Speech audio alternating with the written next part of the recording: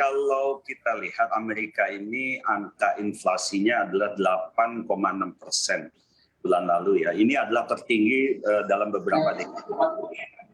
Nah ini sesuatu hal yang tidak akan dalam waktu dekat akan stabil.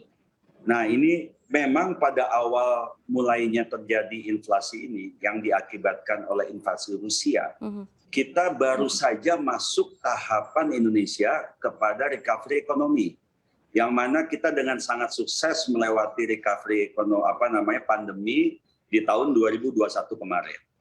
Nah, secara langsung pada short term kita tidak kena, karena kita ketergantungan akibat dari perang tadi, baik dari Rusia maupun Ukraina itu tidak banyak, salah satunya hanya gandum. Tapi ini perang sudah berlangsung berbulan-bulan. Secara otomatis terjadi kenaikan inflasi dunia diakibatkan naiknya energi. Nah, apa dampaknya ke kita? Dampaknya ke kita ini sekarang sebenarnya punya perlawanan. Ekonomi kita masih bagus. PMI kita masih di atas 50%, berarti masih tumbuh. Jadi secara nasional kita melihat inflasi yang masih stabil ini hanya ada satu ancaman, yaitu apabila beberapa hal naik seperti suku bunga BI naik, atau apabila harga BBM ini juga mengakibatkan naik, maka ini bisa mulai berdampak langsung. Nah, kekuatan ekonomi kita di mana sih? Ekonomi kita tuh masih di ekonomi kelas menengah bawah. Ya, kita tahu UMKM sendiri kita tuh bergerak dengan angka hampir 90% dari usaha kita.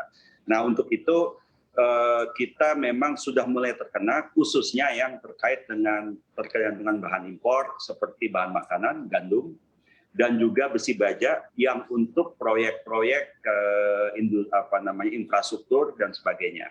Tapi secara overall industri PMI kita masih optimis di atas 50%. Dan inflasi kita masih terjaga, dan mudah-mudahan kita nggak bisa lihat lagi medium to long term, tapi short term dalam kuartal ketiga ini angkanya juga masih tertata demikian. Baik Pak Bobi, kalau untuk industri baja sendiri seberapa tertekannya sih industri baja ini, karena kan ini bisa berdampak juga pada kenaikan harga? Memang besi baja ini secara globalnya naik sudah lebih dari 200% ya dibandingkan tahun lalu.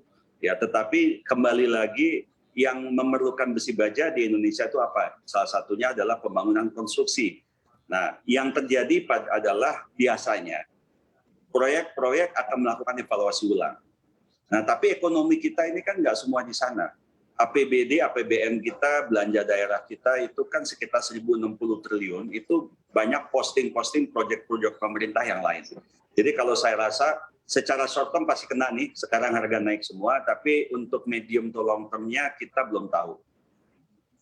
Baik, saya akan ke Pak Redma. Pak Redma, kalau misalnya tadi kita sudah mendengarkan begitu ya, pandangan terhadap kondisi ekonomi kita saat ini, kurang lebih ini masih ekspansif begitu ya, ekonominya masih patokannya dari PMI-nya masih terjaga di atas 50 dan lain-lain begitu ya. Kalau untuk Anda sendiri, Pak Redma, bagaimana Anda melihat kondisi ini saat ini, terutama untuk industri tekstil sendiri?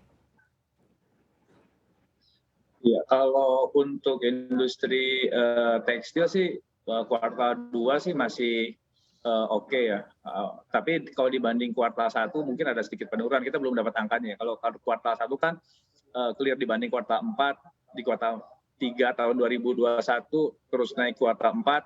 Terus-terusan posisi terus-terusan tumbuh. Yang kemarin terakhir di kuartal 1 itu kita tumbuh sekitar 12,45% gitu ya. Nah, di kuartal 2 masih tinggi produksi, tetapi mungkin yang agak jadi masalah adalah pertumbuhannya tidak seperti kuartal 1 ya, karena memang yang jadi target utama kita kan di pasar domestik, karena pasar ekspor memang dengan kondisi seperti ini mulai lemah ya. Kita sudah terkonfirmasi di kuartal 3, kuartal 4 ini ada penurunan order, terutama dari Uni Eropa dan dari Amerika Serikat. Nah, jadi mau nggak mau kita agak khawatir juga di kuartal 3 dan kuartal 4 untuk ekspor. Tapi selama kita masih bisa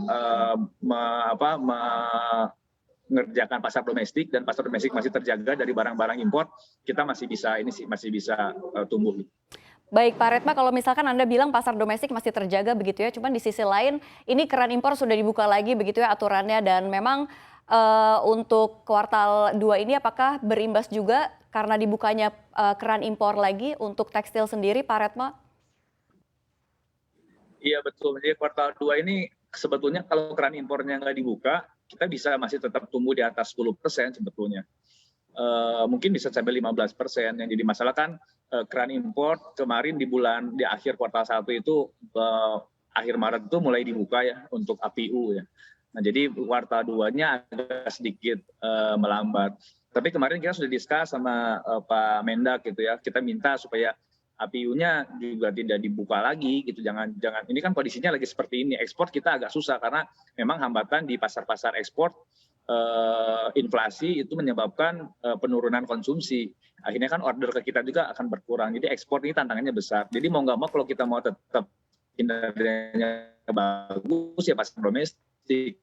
Pasar domestik kalau impornya dibuka ya kita lebih susah lagi, yang sangat paham. Kita tunggu aturan revisinya bahwa APU akan ditutup lagi gitu.